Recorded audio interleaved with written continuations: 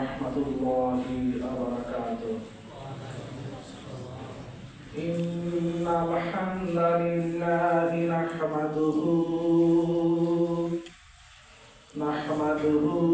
ونستعينه ونستغفره ونؤمن به ونتوكل عليه ونعوذ بالله من شرور أنفسنا ومن سيئات أعمالنا من يهده الله فلا مضل له ومن يضلل فلا هادي له ونشهد أن لا إله إلا الله وحده لا شريك له ونشهد أن محمدا عبده ورسوله. أعوذ بالله من الشيطان الرجيم.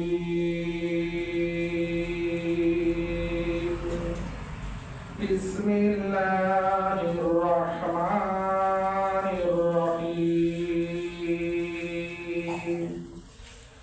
سبحان الذي أسرى بعبده ليلا من المسجد الحرام إلى المسجد الأقصى الذي باركنا حوله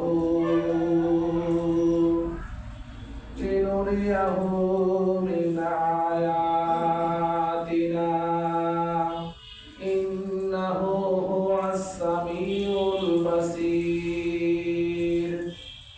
সম্মানিত উপস্থিতি, আমরা প্রশংসা করছি সেই মহান রব্বুল ইজ্জাত আল জালাল, যে মহান মনিব পার্থিব জীবনের সর্বরকমের কর্মব্যস্ততাকে উপেক্ষা করে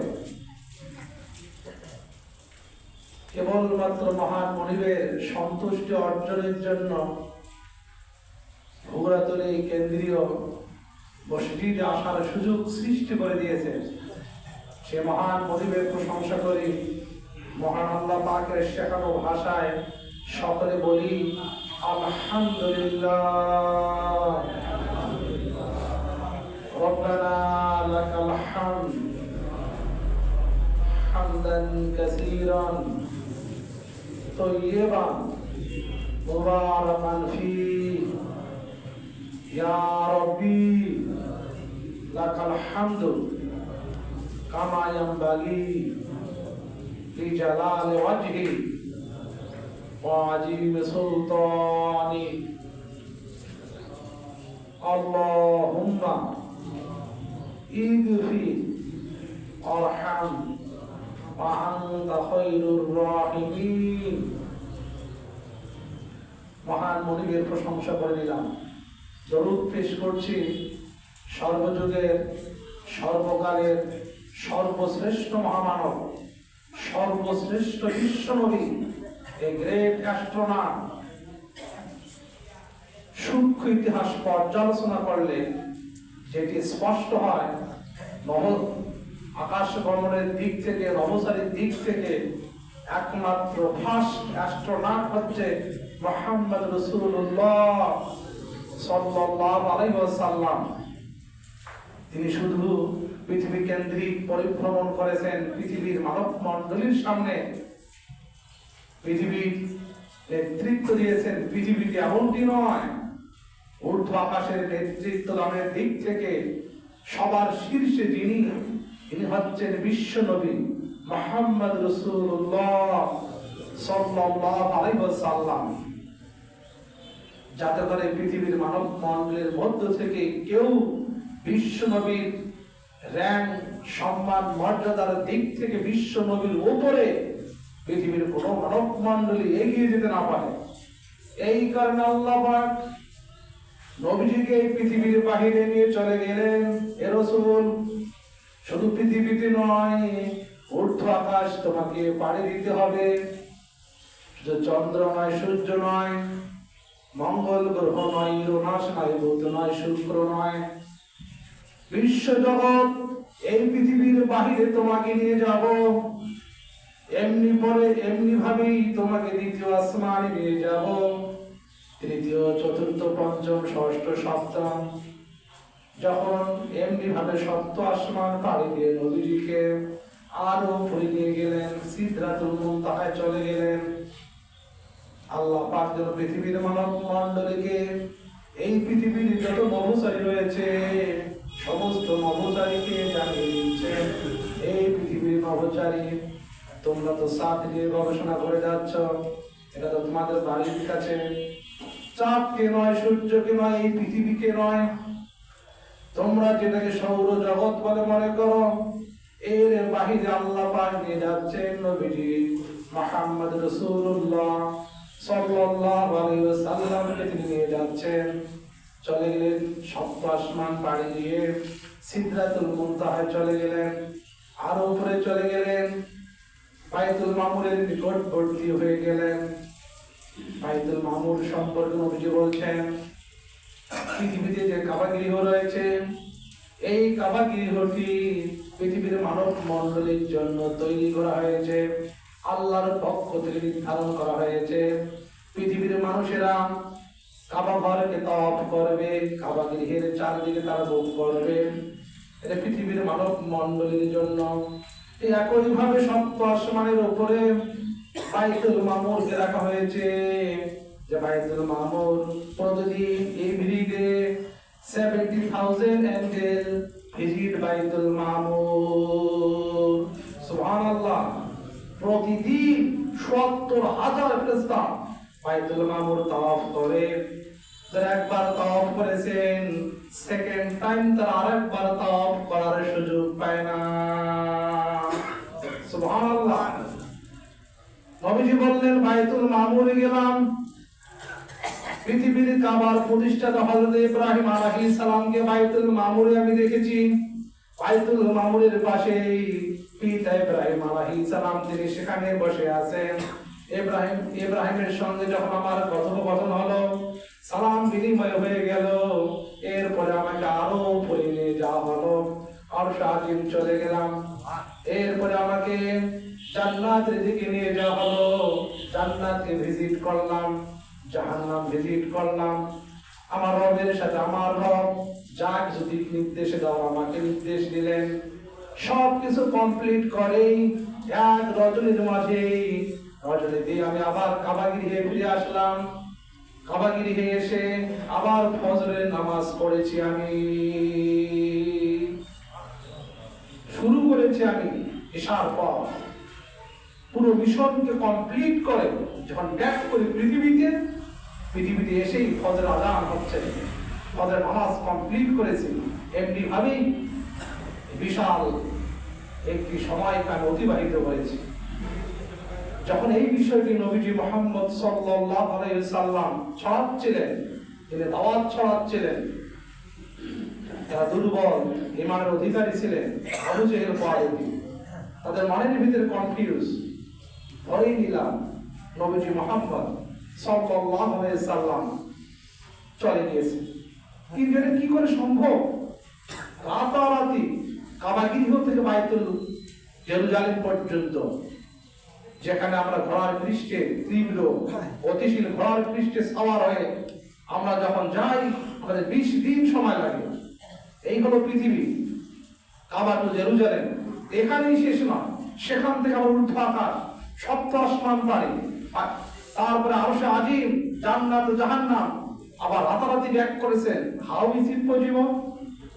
কি করে সম্ভব? কেউ বললেন এটা সম্ভব হতে পারে, এটা এইভাবে সম্ভব যে আল্লাহ রাসূল এশার নামাজের পর ঘুমিয়েছিলেন, স্বপ্ন দেখেছিলেন।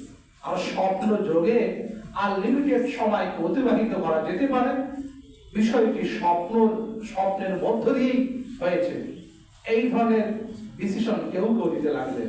কেউ বললেন যে না, এটা একেবারেই আজগবি গল্প, আষাঢ়ের গল্প, এই গল্পের কোনো ভিত্তি নেই। এমনি ভাবে যখন আলোচনার কেন্দ্রবিন্দু ওটা মক্কা নগরী জুড়ে, কেউ বলছেন হয়েছে, কেউ বলছেন সম্ভব নয়। আল্লাহ রাব্বুল আলামিন এমনি মুহূর্তে পবিত্র কোরআন কারিমের আয়াত নাযিল করে দিলেন, সমস্ত মানব মণ্ডলীকে জানিয়ে দিচ্ছেন, সুবহানাল্লাযী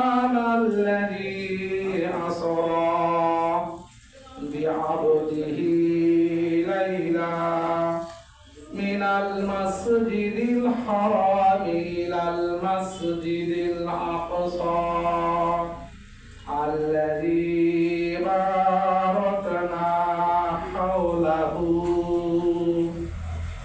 লিনুরিয়াহু মিন আয়াতিনা ইন্নাহু হুয়াস সামিউল বাসীর।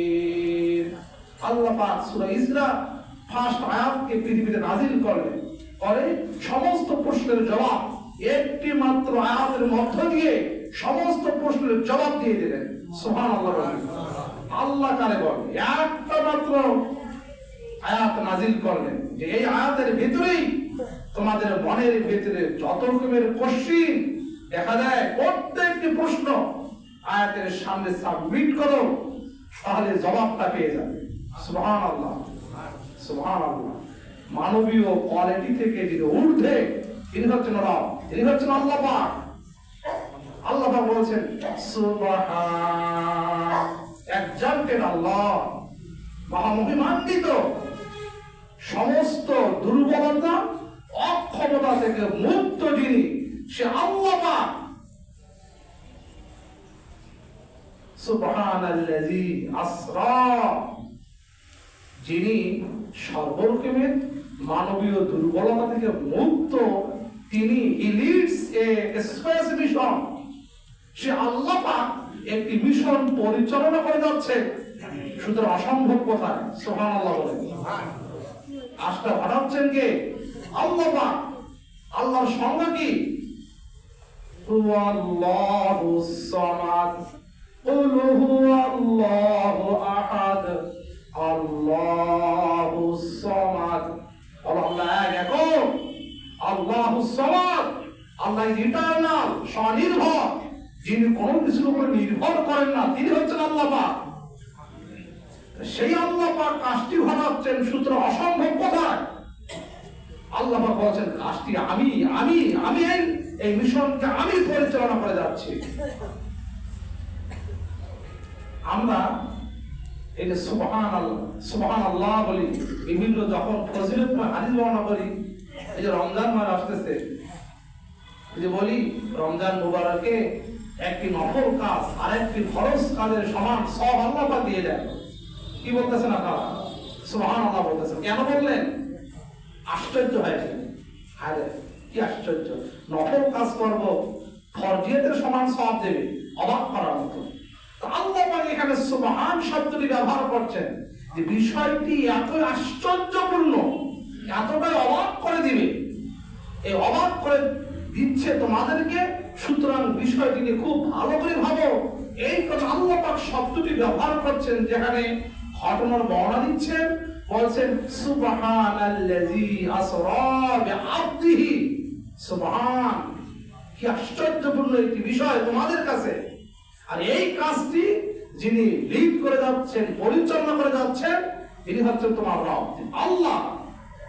এছাড়াও বলা হচ্ছে সুবহান শব্দটি কি অর্থে ব্যবহৃত হয়? সর্বরকমের দুর্বলতা অক্ষমতা থেকে যিনি মুক্ত, কেবলমাত্র তার শানে এই শব্দটি ব্যবহার করা হয়।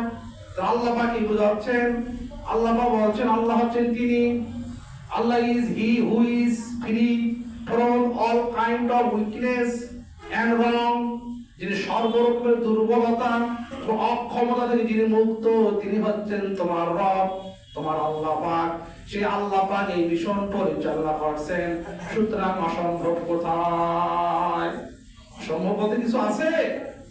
এটা কোনো পৃথিবীর মানুষ পরিচালনা করছে এমনটি নয়। আমেরিকার নাসা এই মিশন পরিচালনা করছে এমনটি নয়। রাশিয়া পরিচালনা করছে এমনটি নয়। ভারত কোন মিশন পরিচালনা করছে এমনটি নয়। মিশন পরিচালনা করছেন যিনি, তিনি হচ্ছেন ওরা বিশ্ব জগতের রব, বিশ্ব জগতের সৃষ্টিকর্তা, সুতরাং সৃষ্টিকর্তার কাছে অসম্ভব বলতে কোনো কিছুই নেই। এখন তারা বুঝে নিলেন যে মেনে নিলাম ঘটনাটি ঘটেছে, আল্লাহ পাক ঘটাচ্ছেন, সম্ভব, কিন্তু স্বপ্ন যুগে না বাস্তবে? আপনারা কি বলেন, স্বপ্ন যুগে না বাস্তবে? বাস্তবে। এরা জবাব দিচ্ছেন 3 নম্বর শব্দের মধ্য দিয়ে। 4th নম্বর শব্দে তিনি বলছেন, আল্লাহ পাক বলছেন সুবহানাল্লাযী আসরা বিআবদিহি বিআবদ, বলছেন পূত পবিত্র মহান সেই সত্তা যিনি পরিচালনা করতেন এই মিশনটি, তিনি যাকে দিয়ে পরিচালনা করছেন বিআবদিহি, তিনি হচ্ছে আমার বান্দা, আব্দ গোলাম। তা আল্লাহ পাক নবীজিকে নিয়ে যাচ্ছেন, আব্দ শব্দটি ব্যবহার করেছেন। এখানে একটু থিঙ্ক করেন, আব্দ শব্দটি কখন ব্যবহার করা হয়? আরবিতে দেহ এবং রূহ এই দুটোর সমষ্টিকে আব্দ বলা হয়। যদি আপনার রূহ না থাকে তাহলে আপনার আব্দ বলা হবে না। যে রূহ থাকে এবং দেহ থাকে, দুটোর সংমিশ্রণ হয় আব্দ। আল্লাহ পাক বলছেন আমি যাকে নিয়ে যাচ্ছি স্বপ্ন যুগে নয়, সুবহানাল্লাযী আসরা বিআবদিহি, তাকে আমি জাগ্রত সশরীরে দেহ এবং রূহ দুটোর সমষ্টিকে একত্রিত করে, তার মানে নবীজিকে সশরীরে আপন দরবারে নিয়ে এসেছি। সুবহানাল্লাহ। এর পরের শব্দটি যেটি, সেটি আরো মারাত্মক, লাইলা। একদিকে বলা হচ্ছে আমি তাকে সশরীরে নিয়ে আসতেছি, এর পরের শব্দটি ব্যবহার করা হচ্ছে লাইলা, a little part of a night, রাত্রির সামান্য সময়। দেখেন, আপনার কাছে দ্বিমুখী মনে হবে, এত বিশাল মিশন পরিচালিত হচ্ছে, আবার সামান্য সময়ের ভিতরে এটা কি করে সম্ভব? এটা কি করে সম্ভব? প্রথমে জবাব দেওয়া হয়েছে কাজটি ঘটাচ্ছেন আল্লাহ পাক। আল্লাহর কাছে অসম্ভব বলতে কোনো কিছু নেই। আপনি যদি মনে করেন আল্লাহর কাছে অসম্ভব বলতে কোনো কিছু আছে, তিনি আল্লাহ নন, অন্য কোনো কিছু হতে পারে। আল্লাহ হলেন তিনি যার কাছে কোনো রকমের অসম্ভব নেই, কোনো ভবিষ্যৎ নেই, কোনো অদৃশ্য নেই, কোনো আনসিন নেই। সব কিছু যিনি জানেন, সব যিনি দেখেন, সেই মহান আল্লাহ পাক কাজটি ঘটাচ্ছে। সুবহানাল্লাহ বলি, আল্লাহ কাজটি ঘটাচ্ছেন। এরপরেও বিজ্ঞানের যুগে মানুষকে এতটুকু কথা বললেই তো মানুষ বুঝবে না। বিজ্ঞান উন্নত হচ্ছে, বিজ্ঞান সময়, টাইম ট্রাভেল, সময় নিয়ে গবেষণা করে। আমরা আমাদের দৈনন্দিন অ্যাক্টিভিটিস গুলোকে একুরেট ভাবে পরিচালিত করার জন্য ঘড়ি আবিষ্কার করেছি, সময় আবিষ্কার করেছি, সময়ের মান নির্ণয় করেছি। এখন আপনার কাছে আমি একটা প্রশ্ন রাখতে চাই। মনে করেন এত উন্নত মানুষ হয়েছে, উন্নত হওয়ার কারণে বাংলাদেশ থেকে আমেরিকা, আমেরিকা থেকে বাংলাদেশ 1 সেকেন্ডে আপনি 1 লক্ষ বার যাতায়াত করতে পারেন। 1 সেকেন্ডে 1 লক্ষ বার যাতায়াত করলেন। এবার যদি আমি প্রশ্ন ছেড়ে দেই, একবার যাওয়া আসা করতে আপনার কত সময় লেগেছে? বলেন তো, কি বলবেন মুরব্বী?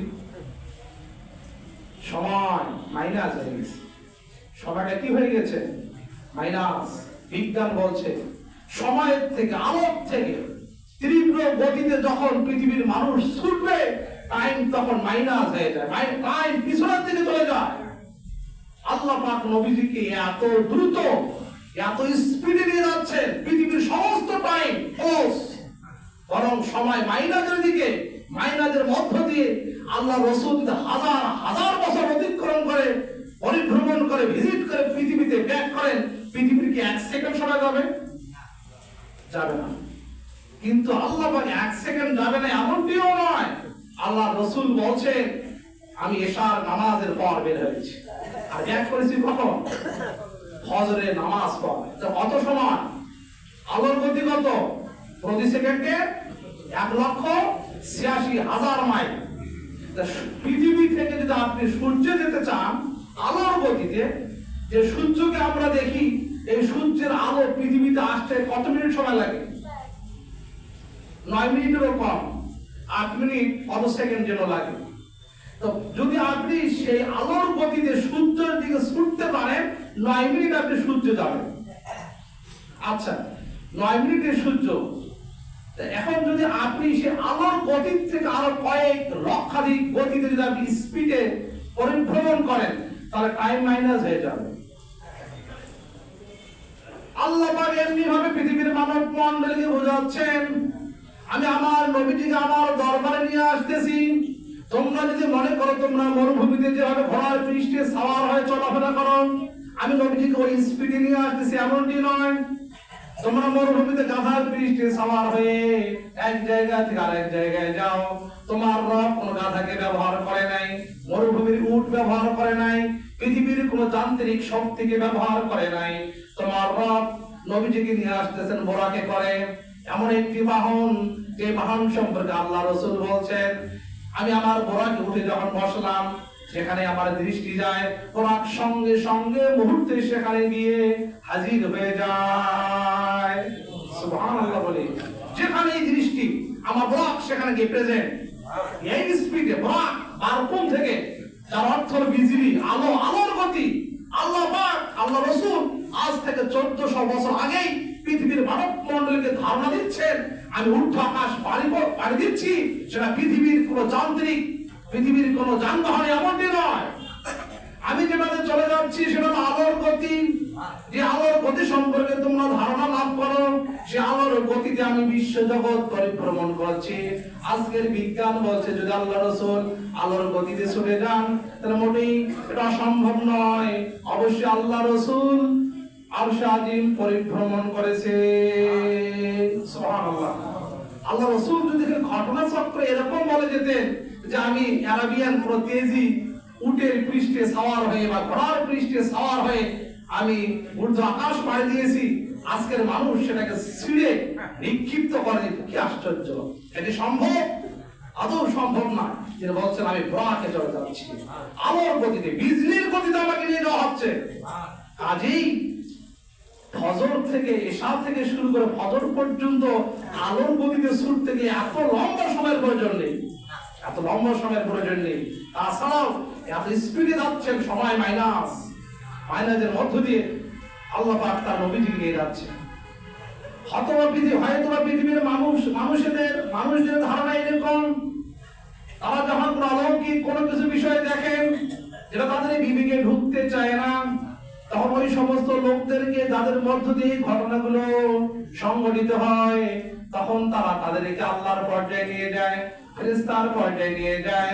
পৃথিবীর মানুষ, উম্মতে মুহাম্মাদি, আল্লাহ রাসূলের অনুসারীরাও যেন একই ভুল না করে, এই কোন আল্লাহ পাক বলে দিচ্ছেন সুবহানাল্লাযী আসরা বিআবদিহি লাইলা, আমি যাকে নিয়ে যাচ্ছি আমার দরবারে আলোর গতিতে, তিনি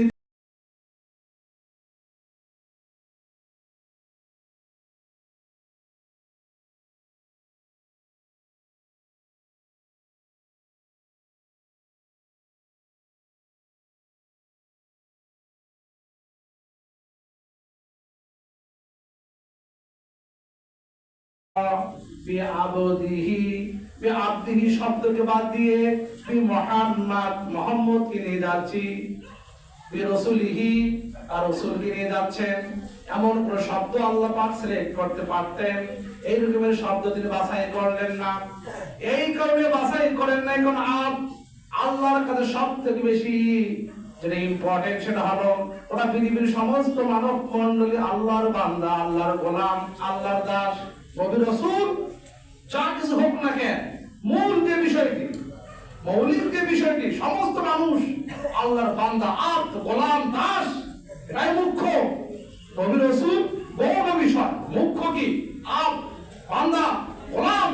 রাসূল তোমাকে এত উপরে নিয়ে আসতেছি আল্লাহর দরবার পর্যন্ত, কিন্তু ভুলে যেও না তুমি আমার আব্দ, আমার বান্দা, আমার গোলাম, আমার দাস।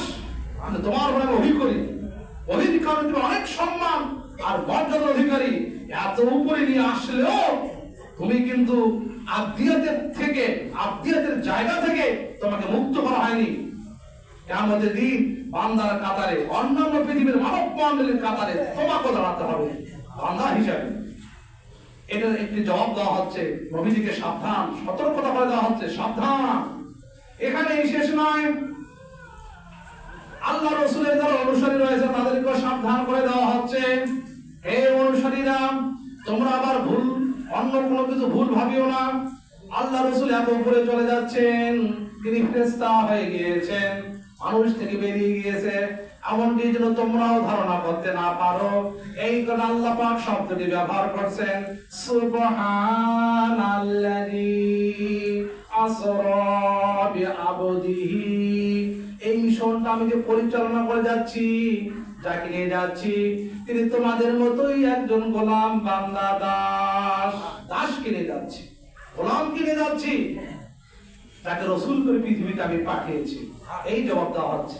এখানেই শেষ নয়, আরো জবাব দেওয়া হচ্ছে, হে পৃথিবীর মানব মণ্ডলী, তোমরা যাতে করে ইহুদিদের মতো ভুল না করো, খ্রিস্টানরা যেমনি ভুল করেছে ওই রকম ভুল যেন তোমাদের জীবনে না হয়। এই কারণে আমি আদ শব্দটি এখানে ব্যবহার করেছি। ইহুদিরা কি ভুল করলেন? উযাইর আলাইহিস সালাম যখন 100 বছর মৃত ছিলেন, ইয়াং হয়ে যখন আবার 100 বছর পর পৃথিবীতে আবার ব্যাক করলেন, উযাইর আলাইহিস সালামকে দেখে তার বন্ধুরা, তার সমবয়সীরা যারা এখন 200-300 বছর বয়সে উপনীত হয়েছে, উযাইরের দিকে তাকাচ্ছেন। উযাইরের তারুণ্য তখনও তিনি ধরে রেখেছেন। উযাইর আলাইহিস সালাম 100 বছর মৃত ছিলেন, আল্লাহ পাক তাকে জীবিত করলেন। তারা চমকে গেলেন, উযাইর তুমি এখন ইয়াং দেখাচ্ছে, 100 বছর অ্যাবসেন্ট ছিলে। এক পর্যায়ে তারা বলে উঠলেন, উযাইর তুমি আল্লাহর এতটা সান্নিধ্য পেয়েছো, তুমি আল্লাহর পুত্র হয়ে গিয়েছো। তা না হলে 100 বছর হয়ে যায়, আমরা বুড়ো হয়ে যাচ্ছি, আমাদের চুল দাড়ি পেকে গেছে, অথচ তুমি ইয়াং রয়েছো। কারণ এই কারণে আমরা তোমাকে আল্লাহর সন্তান বলে দাবি করছি। পবিত্র কোরআনে বলছে, ক্বালাতিল ইয়াহুদু উযাইরুন ইবনুল্লাহ। ইহুদিরা বললেন, উযাইর আলাইহিস সালাম যেহেতু 100 বছর পর আবার জীবিত হয়ে ফিরেছেন, তার তারুণ্য রয়েছে, সুতরাং তিনি আল্লাহর পুত্র হয়ে গিয়েছে। এই ধরনের ভুল আল্লাহ রাসূলের অনুসারী উম্মতে মুহাম্মাদী না করে, আল্লাহ রাসূল সপ্ত আসমান পাড়ি দিল, আর সারাদিন পরিভ্রমণ করেছেন। তিনি আর মানুষ নেই, তিনি ফেরেশতা হয়ে গিয়েছেন, তিনি আল্লাহর সন্তানে পরিণত হয়ে গিয়েছেন। এই ধরনের বাজে চিন্তা যেন পৃথিবীর মানব মণ্ডলী না করে, এই কারণে আল্লাহ পাক জবাব দিয়ে দিচ্ছেন, আমি যাকে নিয়ে যাচ্ছি তিনি হচ্ছেন বিআবদিহি, আব্দ, বান্দা, গোলাম, দাসকে নিয়ে যাচ্ছি। ফেরেশতা কিনে যাচ্ছে এমনটি নয়, আমার সন্তান কিনে যাচ্ছি এমনটি নয়। সুতরাং সাবধান, ভুল করবে না, তোমাদের মতোই তিনি একজন মানুষ, একজন বান্দা। এখানে শেষ নয়, খ্রিস্টানরা তারা ভুল করলেন। খ্রিস্টানরা যখন হযরত মারিয়াম আলাইহিস সালাম যখন নবজাতক সন্তান কিনে তাদের সামনে ব্যাক করলেন, মারিয়াম আলাইহিস সালাম তখন বিবাহ বন্ধনে আবদ্ধ হয়নি, অথচ তার কোলে সন্তান রয়েছে। তার চারিত্রিক সৌন্দর্য সম্পর্কে জেরুজালেমের সর্বত্র ছড়াচ্ছিল। তার প্রশংসায় যখন ওটা বাইতুল মুকাদ্দাস প্রশংসায় পঞ্চমুখর হচ্ছে, এমনি মুহূর্তে মারিয়াম ঈসা আলাইহিস সালামকে কোলে নিয়ে তার কওমের কাছে হাজির হয়ে গেলেন। তার কওমের লোকেরা অবাক হয়ে গেলেন, মারিয়াম এই কি ঘটনা ঘটিয়েছো? তোমাকে তো আমরা বিয়ে দেইনি, তা সত্ত্বেও তুমি একজন নবজাতক সন্তানকে নিয়ে এসেছো, আবার মা বলে দাবি করছো, এটা কি করে সম্ভব? তিনি কোন রকমের জবাব দিচ্ছেন না। তারা আরো তাকে বলতে লাগলেন, মারিয়াম তোমার মা উত্তম চরিত্র অধিকারী ছিল, তোমার পিতা উত্তম চরিত্র অধিকারী ছিল, অথচ তুমি একজন নবজাতক সন্তানের মা হয়েছো, এটা কি করে সম্ভব? হযরত মারিয়াম কোনো কথা বলছেন না। তিনি বলছেন, আমি আজকে কথা না বলার শপথ করেছি, ইন্নী নাযিরতু লিররহমানি সাওমা, আমি নিয়ত করেছি, প্রমিস করেছি, not to talk with you, I promise not to talk with you, আমি ওয়াদা করেছি তোমাদের সাথে কথা না বলা। ফাশারাত ইলাই, যা কিছু বলতে চাও এই নবজাতক সন্তানের সাথে কথা বলো। তারা বলছেন, কি আশ্চর্য, এই নবজাতক সন্তানের সাথে আমরা কথা বলবো? কি করে সম্ভব? তারা বললেন কাইফা নুকাল্লিমু মান কানা ফিল মাহাদি সাবিয়া। How can we talk? How will we talk? কেমনে কথা বলবো with this new baby? এই নবজাতক সন্তানের সাথে কেমনে কথা বলবো? মারিয়াম কোনো কথা বলছেন না। she pointed to the new baby. এবির দিকে তাকায় দিচ্ছে। যা কিছু প্রশ্ন রয়েছে তোমাদের সমস্ত প্রশ্ন নবজাতক সন্তানকে করে দাও। প্রশ্ন করতে না করতেই নবজাতক সন্তান আঙ্গুল দিলে বলছেন ইন্নী আবদুল্লাহ, আল্লাহর বান্দা, আল্লাহর গোলাম, আল্লাহর দাস হিসেবে আমাকে পৃথিবীতে পাঠানো হয়েছে। কোন রকম পুরুষের সংস্পর্শ ছাড়াই আমার রব আমাকে আমার মাতৃ গর্ভে পাঠিয়েছেন। এখানেই শেষ নয়, ওটা জাতিকে আমি গাইডলাইন দিব, আমার উপর ওহী করা হবে, কিতাব দেওয়া হবে, তোমাদেরকে সত্যের রাস্তা আমি দেখাবো। এমনি ভাবে নবজাতক সন্তান যখন একটার পর একটা যুক্তি খণ্ডন করে যাচ্ছিলেন, কবে লোক হতবাক, কি আশ্চর্য। তারা বললেন সমস্ত যুক্তি খণ্ডনে যখন তারা পরাজিত হলেন, নবজাতক সন্তান যখন তার মায়ের সত্যতা বর্ণনা করতে লাগলেন, যখন তারা পরাজিত বরণ করলেন, এক পর্যায়ে তারা বলতে লাগলেন ক্বালাতিন নাসারাল মাসীহু ইবনুল্লাহ।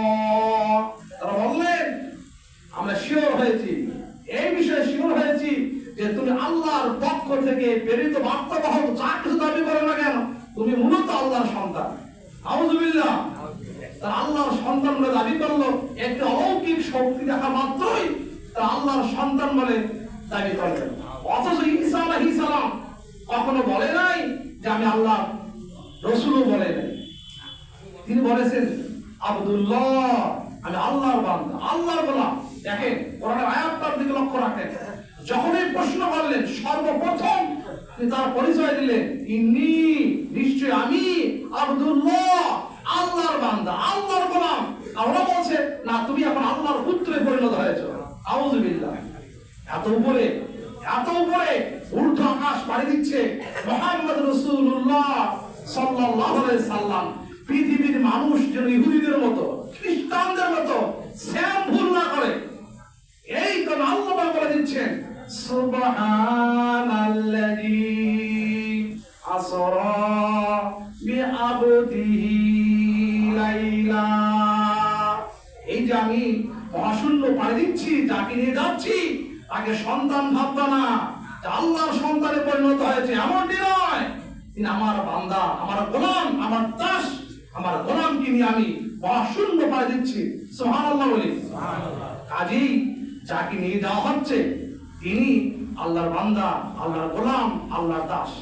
আল্লাহ রাব্বুল আলামিন নবীজিকে বলছেন, এই ঘটনার বর্ণনা দিকে আল্লাহ বলছেন সুবহানাল্লাযী আসরা বিআবদিহি লাইলা। পুত পবিত্র মহান সেই সত্তা যিনি সর্বরকমের দুর্বলতার অক্ষমতা থেকে মুক্ত। তিনি একটি মিশন পরিচালনা করে যাচ্ছেন। সেই মিশনটি পৃথিবীর কোনো মিশন নয়, বরং পৃথিবী থেকে নিয়ে শুরু করে সপ্ত আসমান পাড়ি দিয়ে তিনি আরশ আজিম পর্যন্ত যাকে নিয়ে যাচ্ছেন তিনি হচ্ছেন আল্লাহর বান্দা, আল্লাহর গোলাম, আল্লাহ রাসূল মুহাম্মদ রাসূলুল্লাহ সাল্লাল্লাহু আলাইহি ওয়াসাল্লাম। কেন নিয়ে যাচ্ছেন আল্লাহ পাক তা বলে দিচ্ছেন, এই কারণে যাচ্ছি লিনুরিয়াহু মিন আয়াতিনা। এই যাচ্ছি এই কারণে যাতে করে আই ক্যান শো, আমি দেখাতে পারি, মাই সাইন, আমার নিদর্শন সমূহ আমি দেখাবো। কি নিদর্শন? ঊর্ধ্ব আকাশে কি রয়েছে? ঊর্ধ্ব আকাশে ফেরেশতাদের জগৎ, ফেরেশতারা সেখানে চলাফেরা করে, ফেরেশতারা প্রতি মুহূর্তে আল্লাহর গুণগান করে যায়, জিকির করে যায়। এই নিদর্শন আমি তাকে দেখাবো। আজকের নাসা তা স্বীকার করেছেন। নাসার বিজ্ঞানীরা বলছেন ঊর্ধ্ব আকাশ যখন আমরা গবেষণা করলাম, সেখানে মনে হলো কে যেন সঙ্গীত গেয়ে যাচ্ছে, জানি না কে সঙ্গীত গেয়ে যায়। আল্লাহ রাসূল বলছেন যখন আমি ঊর্ধ্ব জগৎ পাড়ি দিলাম, তখন সর্বত্র আল্লাহর জিকির করা হচ্ছে। এমন কোন জায়গা নেই যেখানে 4 আঙ্গুল পরিমাণ ফাঁকা রয়েছে। প্রত্যেকটি জায়গায় আল্লাহর ফেরেশতারা আল্লাহর গুণগান করে যায়। আমি সেই আওয়াজ দেখে এসেছি, ফেরেশতাদের দেখে এসেছি। আজকের নাসার বিজ্ঞানীরা বলছেন আমরা সেই ধরনের আওয়াজ উপলব্ধি করি। ঊর্ধ্ব আকাশকে আমরা মনে করেছিলাম এই শব্দ, কোনো আওয়াজ নেই, কিন্তু এখন দেখি, গবেষণা করে দেখি ঊর্ধ্ব আকাশের ভিতরে গুনগুন আওয়াজ হয়ে যাচ্ছে। আল্লাহ বলছেন আমি নিদর্শন দেখাবো। নিদর্শন এখানেই শেষ নয়, এই পৃথিবীর মতো আরো পৃথিবী রয়েছে। আজকের পৃথিবীর মানব মণ্ডলীর অনেক সিনেমা নির্মাণ করে যাচ্ছেন, এলিয়েনের ধারণা দিচ্ছেন, অন্য পৃথিবী থেকে এলিয়েন গুলো পৃথিবীতে আসতেছে, পৃথিবীর মানুষের সঙ্গে কমিউনিকেশন করে যাচ্ছে। মুভিগুলোতে এরকম মুভিগুলো আমরা দেখি। আল্লাহ রাসূল বলছেন শুধু মুভি নির্মাণ করলেই যে হবে এমনটি নয়। আল্লাহ রাসূল বাস্তবে বলে দিচ্ছেন এই পৃথিবীর বাইরে মানুষ রয়েছে।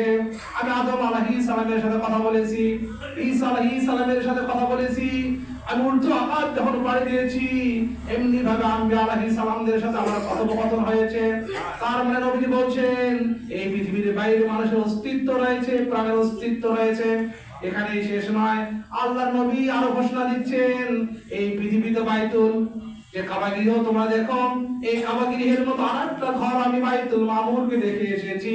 পৃথিবীর মানব মণ্ডলী কাবাগৃহ তাওয়াফ করে, বাইতুল মামুর ফেরেশতারা তাওয়াফ করে যাচ্ছে। এমনি ভাবে ঊর্ধ্ব আকাশ সম্পর্কে একটা তথ্য দিচ্ছেন আল্লাহ রাসূল মুহাম্মদ রাসূলুল্লাহ সাল্লাল্লাহু আলাইহি সাল্লাম। এখানে শেষ নয়, আব্দুল্লাহ ইবনে আব্বাস তিনি বলেছেন যে আমার গবেষণায় এটা ধরা পড়লো এই পৃথিবীতে যেমন একজন আদম রয়েছে, অন্যান্য পৃথিবীগুলো তো ওই সমস্ত পৃথিবীতেও আর একজন আদম রয়েছে। এই পৃথিবীতে যেমন নূহ রয়েছে, ওই পৃথিবীতে একজন নূহ রয়েছে। এই পৃথিবীতে যেমন ইব্রাহিম আলাইহিস সালাম রয়েছেন, একই ভাবে অন্য পৃথিবীতে আরেকজন ইব্রাহিম রয়েছেন। এমনও আমার উস্তাদ বলেছেন এই পৃথিবীর কিয়ামত এখনো সংঘটিত হয় নাই, কিন্তু অন্যান্য পৃথিবীতে এমনও হতে পারে সেখানে কিয়ামত সংঘটিত হয়েছে। তাদের ভিতর থেকে কেউ জান্নাতে গেছেন, কেউ জাহান্নামে গেছেন। তা যদি না হয়ে থাকে তাহলে আল্লাহ রাসূল মিরাজ রজনীতে কেমনে জাহান্নামের লোকদেরকে দেখলেন, জান্নাতের লোকদেরকে কেমনে দেখলেন? অবশ্যই কোনো না কোনো পৃথিবীতে কিয়ামত সংঘটিত হয়েছে, ওই সমস্ত লোকদেরকে জান্নাত এবং জাহান্নামে পাঠানো হয়েছে। আল্লাহ রাসূল এই বিষয়গুলো দেখে এসেই পৃথিবীর মানব মণ্ডলীকে জানিয়ে দিচ্ছেন। আল্লাহ পাক সে কথা বলছেন পূত পবিত্র মহান সেই সত্তা যিনি তার বান্দাকে নিয়ে যাচ্ছেন, আপন দরবারে নিয়ে যাচ্ছেন। এই কারণে লিনুরিয়াহু মিন আয়াতিনা, যাতে করে আমি পৃথিবীর মানব মণ্ডলীকে আমার নিদর্শন দেখাতে পারি। নিদর্শন দেখে পৃথিবীর মানব মণ্ডলী আল্লাহকে চিনতে পারবে। আল্লাহ রাব্বুল আলামিন পবিত্র কোরআন কারিমে অন্য জায়গায় বলছেন সানুরিহিম আয়াতিনা ফিল আফাক, বিশ্ব জগৎ জুড়ে আমি পৃথিবীর মানব মণ্ডলীকে আমার নিদর্শন দেখাবো ততক্ষণ পর্যন্ত যতক্ষণ না সুস্পষ্ট হয়ে যায় তোমার রব সত্য প্রমাণিত না হওয়া পর্যন্ত ঊর্ধ্ব আকাশে যত নিদর্শন রেখে দিয়েছি সব নিদর্শন প্রত্যেকটি মানুষের কাছে স্পষ্ট করব। এরপরে কিয়ামত সংঘটিত করব। কিয়ামতের দিন পয়সা হিসাব করবেন আল্লাহকে চিনি নাই, নিদর্শন দেখি নাই, নবীগণ আসে নাই।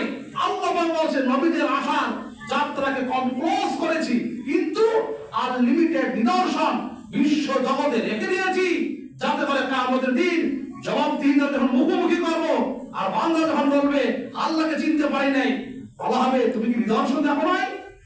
নাসার বিজ্ঞানীরা কি নিদর্শনের কথা বলেছে? আমার রাসূল কোন ধরনের নিদর্শন বলেছেন সেগুলোকে তুমি কি ম্যাচ করো নাই?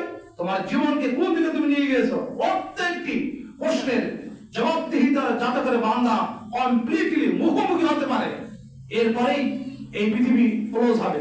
এমনটি ভাববেন না আপনি যে 6 মাস পর 6 বছর পর কিয়ামত সংঘটিত হবে, এমনটি নয়। সমস্ত নিদর্শন স্পষ্ট হবে। এখনো বিজ্ঞানীরা খুঁজে পায় নাই ওই সমস্ত গ্রহগুলো, এখনো বিজ্ঞানীরা খুঁজে পায় নাই বাইতুল মামুরকে, তারা খুঁজে পায় নাই। এখন ইব্রাহিম আলাইহিস সালাম সেখানে রয়েছে, খুঁজে পায়নি। অনেক সময় হবে এই পৃথিবীর মানুষ আর এক পৃথিবীর মানুষের সাথে কমিউনিকেট করে যাচ্ছে, যোগাযোগ করে যাচ্ছে, আদান প্রদান করে যাচ্ছে। যাচ্ছে, সেটা কল্যাণের দিক থেকে হতে পারে, আবার যুদ্ধের দিক থেকে হতে পারে। এই পৃথিবীর মানুষ সেখানে অস্ত্র বানাচ্ছে, ওই পৃথিবীর মানুষ এখানে অস্ত্র বানাচ্ছে, এই রকমের বিনিময় হতে পারে। প্রত্যেকটি নিদর্শন পৃথিবীর মানব মণ্ডলের সামনে সাবমিট করা হবে, এরপরেই কিয়ামতের দিকে আমরা এগিয়ে যাব। আল্লাহ পাক বাকি কথাগুলো পরবর্তী জুমায় আমাদের বোঝার তৌফিক দান করুন। আমরা বলি আমিন। ওয়া আখিরু দাওয়ানা আলহামদুলিল্লাহি রাব্বিল আলামিন।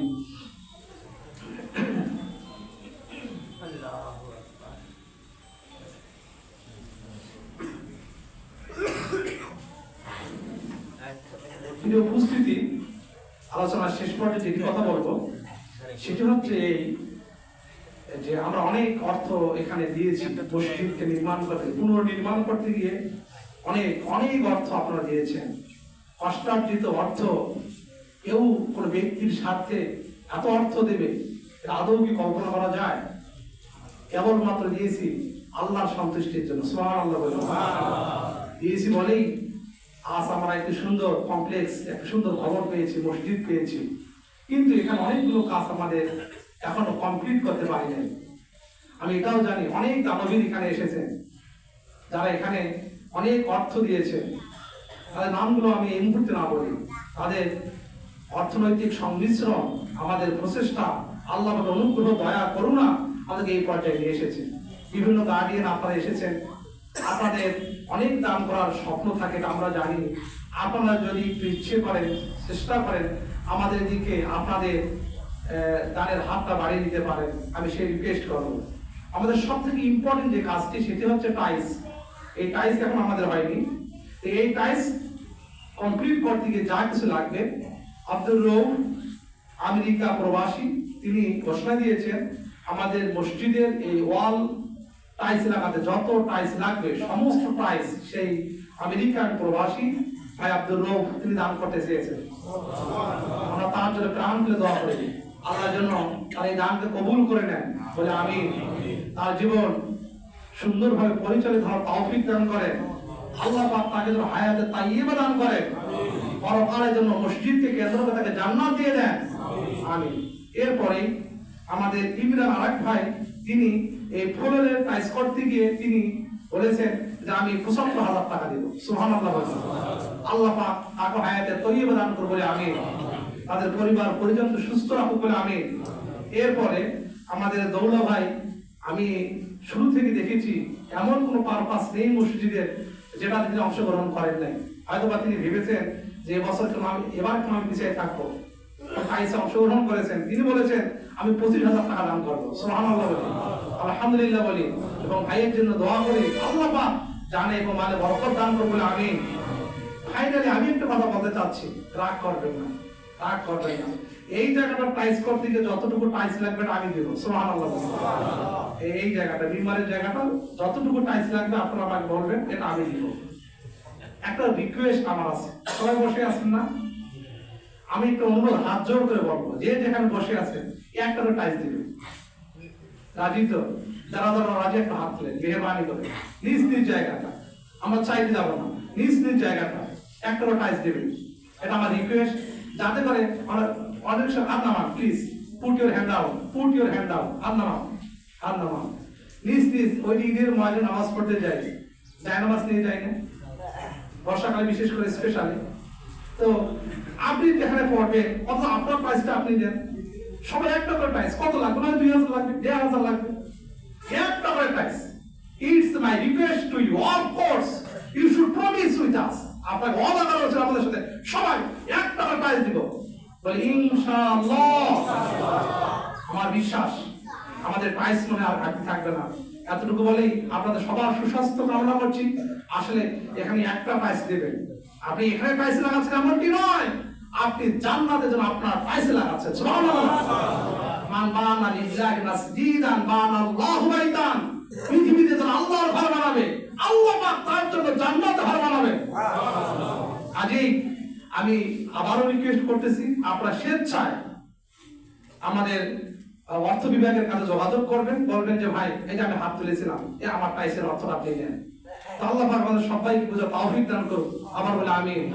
ইন্নাল্লাহা ইয়া'মুরু বিল আদলি ওয়াল ইহসানি ওয়া ইতা'i যিল কুরবা আনিল ফাহশাই ওয়াল মুনকার ওয়াল বাগই ইয়াইযুকুম লাআল্লাকুম তাযাক্কারুন উযকুরুল্লাহা ইয়াযকুরুকুম ওয়াদউহু ইয়াস্তাজিব লাকুম ওয়া লাযিকরু